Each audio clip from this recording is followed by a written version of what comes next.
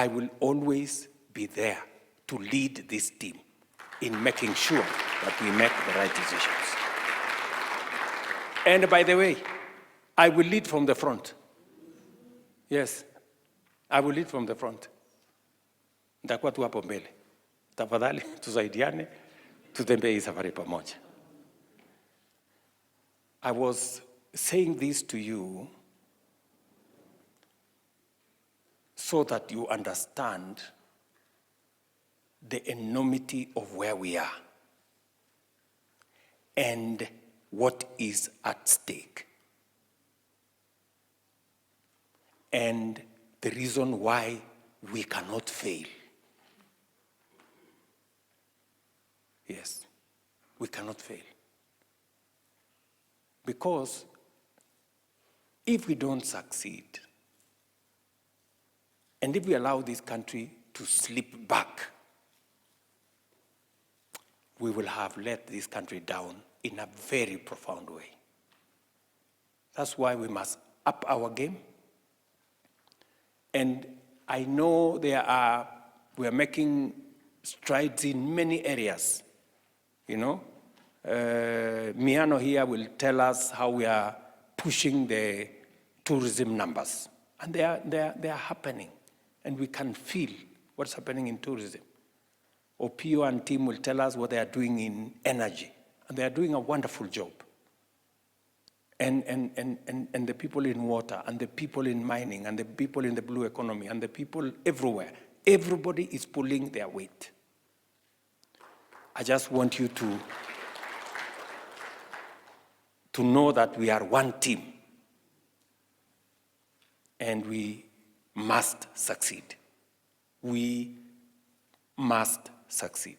Because in our success is Kenya's transformation. I have no intention whatsoever on escaping any of the commitments we made. We intend to keep them because that is how we are going to transform Kenya. That's how we are going to transform this nation. And I am committed 100% to the transformation of this nation. And I want to persuade you as my team, the Government of Kenya team, for us to know that there is no two ways about this. It has to be done because Kenya has to change. We have waited for far too long. We have prevaricated for far too long. We have postponed the things that we could do for far too long. We have been timid about what needs to be done in Kenya. I have even had occasion people telling me, oh, you know, you have picked up too many things. You know, especially the difficult ones, you would have waited for your second term. Right? And then you ask yourself, why waste the nation's time waiting for a second term merely because you are working on difficult things? Why don't you finish the difficult things now? If there is a second term, there is plenty of things to be done. And if it can be done in 5 years, why do you want to do it in 10 years? Are we together? And that is how we haven't made progress as a nation.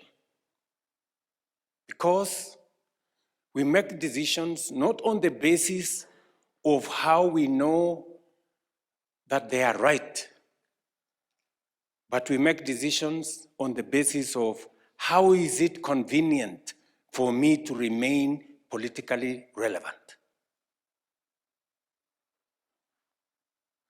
And in there, we lose the momentum to do the right things.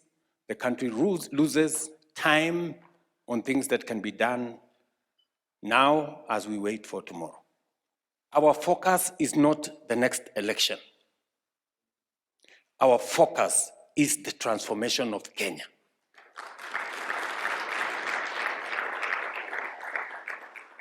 Let me repeat it. We must do what we must do,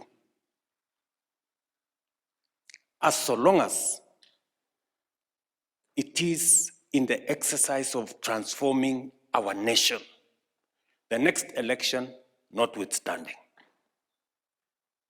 Are we together? Yes. The next election is not our focus.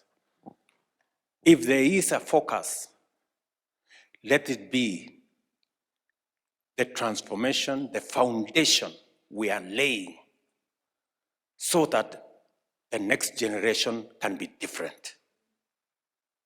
We just crossed over the midterm, and we now have an energized, broad-based government, and we are confident that with the broader goodwill, with a broader infusion of ideas and synergies created, we can accelerate the momentum for the delivery of the transformation of Kenya.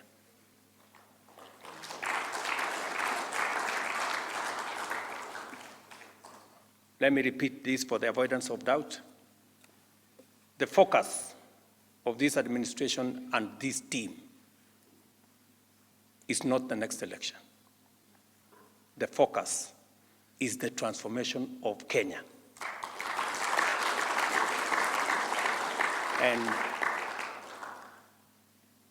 And putting a firm foundation for the transformation of our nation into the next generation. That is our commitment, and that is our focus. Thank you very much. This administration was elected on a platform of transformation, reform, and doing things differently. The accusation I often get is that we overpromised. That is the accusation I often get, that we overpromised. But I want to tell you that we did not overpromise. We promised what is doable. And shortly, because it is documented in our manifesto, all the commitments we made to the people of Kenya are documented in the manifesto. And I am very clear in my mind that we will be able to deliver on that manifesto successfully, to be able to earn the correct marks. As I said yesterday, the opportunity to have a broad-based government was God-sent. Yes. Because to be able to carry through this transformation, we need more minds, more hands, better political goodwill, a broader base to be able to carry this transformation. That is why I am very proud to be the leader of this broad-based government that is inclusive and that brings as many Kenyans on board as possible, brings as many shades of opinion on board as possible, brings as many communities and regions and ideas and different shades of understanding on the table. We all appreciate that the broad-based government has energized the transformation of our nation. I am very clear, man. You know, Mbadi here, being a politician and a professional, has, brought a new way of looking at numbers that has changed the perception of many people on what we are doing. True or not true? Yes. So, and everybody else has brought in something, and I'm very happy. Whoever wants to take the credit, they can have it. So long as Kenya is transformed, I have no problem. Anybody, whoever wants to, get as much credit as you can from anywhere. So long as we transform this nation. Are we together, good people? Let us work together and make this country succeed.